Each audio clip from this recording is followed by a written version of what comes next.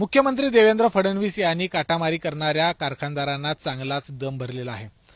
असं असलं तरी दुसरीकडे मात्र सरकारी यंत्रणा म्हणजे काटा मोजणारी ही सरकारी यंत्रणा धूळ खात पडलेली आपल्याला पाहायला मिळते.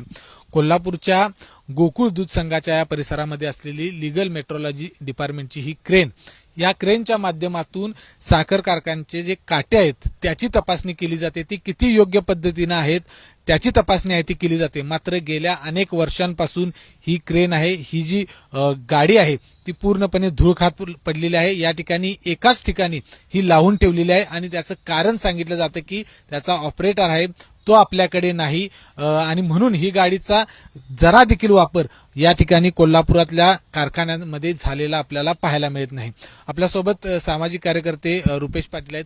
मला सांगा, या गाडी संदर्भात तुम्ही पहिल्यांदा माहिती समोर आणली होती, ही कधी गाडी आलेली आणि या गाडीचं नेमकं काम कसं चालतंय? कोल्हापूर जिल्ह्याला 2014 साली ही गाडी देण्यात आली महाराष्ट्र सरकारला. केंद्र सरकारच्या वतीनं 15 गाड्या महाराष्ट्रामध्ये दिल्या गेल्या. शेतकऱ्यांची ऊस कारखान्यांमध्ये काटामारी करून फसवणूक केली जाते, ती थांबावी या उदात्त हेतून केंद्र सरकारच्या वतीनं ह्या गाड्या दिल्या. पण कोल्हापुरातल्या या बहादर अधिकाऱ्यांनी मात्र या गाडीला मात्र इथं कोपऱ्यात आणून एका लपवून ठेवलं. गोकुळ हा सहकाराचा एक मोठा सगळ्या राजकीय नेत्यांचा अड्डा आहे आणि मग या ठिकाणीच कुणाच्या आशीर्वादानं ठेवली हे आता शोधावं लागेल. या अधिकाऱ्यांनी ही गाडी लपवली. याच्या मागचं कारण होतं की कारखान्यांची काटामारी त्यांना उघड करायची नव्हती. या गाडीमध्ये जी वजन आहेत ती मानक वजन आहेत. अशा पद्धतीची मानक वजनं कोल्हापूर जिल्ह्यातल्या इतर कुठल्याही विभागामध्ये नाहीत. मग कारखान्यातले काटे तुम्ही तपासताय कसं?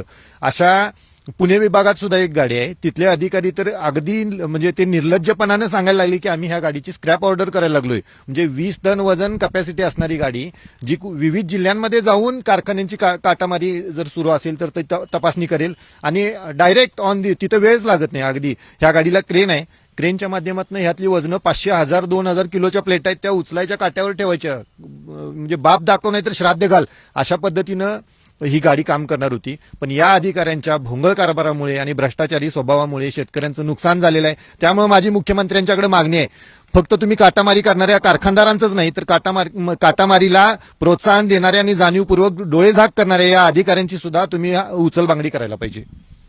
तर बघितलं आपण की ह्या गाडीचं काम असं आहे की यामध्ये जे काही वजनं आहेत ती अधिकृत वजनं असतात आणि ही क्रेन आहे ती संबंधित साखर कारखान्याच्या गेटवर जाते. त्यांचा जो काटा आहे तो तपासत असते आणि ते तपासायचं कसं तर यामध्ये जी असणारी जी वजनं आहेत ती कारखान्याच्या वजनावरती, वजन काट्यावरती ठेवायची आणि ते माप आणि या लिगल जी वजनं आहेत त्यांचं माप जर सेम राहिलं, सारखंच राहिलं तर तो काटा व्यवस्थित आहे, सुस्थितीत आहे किंवा त्यामधून काटामारी होत नाही असा निष्कर्ष काढला जातो.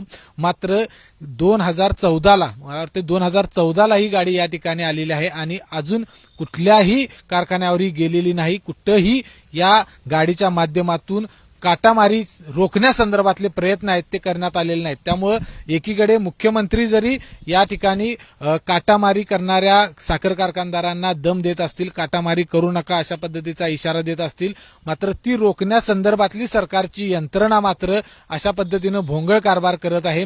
गोकुळच्या परिसरामध्ये ही गाडी आहे आणि गोकुळकडून जवळपास 10 पत्र आहेत ते या लीगल मेट्रोलॉजी डिपार्टमेंटला दिलेली आहेत. मात्र त्यांनी या ठिकाणाहून गाडी आहे ती हलवलेली नाही. त्यांनी जिल्हाधिकारी कार्यालयासंदर्भातल्या जागेची मागणी केली होती, त्याचबरोबर अनेक विविध विभागांच्या जागेची मागणी केली होती, मात्र आम्हाला कुठेही जागा मिळाली नाही अशा पद्धतीचं उत्तर आहे ते या डिपार्टमेंटकडून देण्यात येतं. त्यामुळं खरं तर शेतकऱ्यांची काटामारी रोखण्यासंदर्भातलं हे यंत्र आहे ते 2014 पासून आतापर्यंत धूळ खात पडून आहे. कॅमेरामन निलेश शेवाळेसह विजय केसरकर, एबीपी माझा, कोल्हापूर.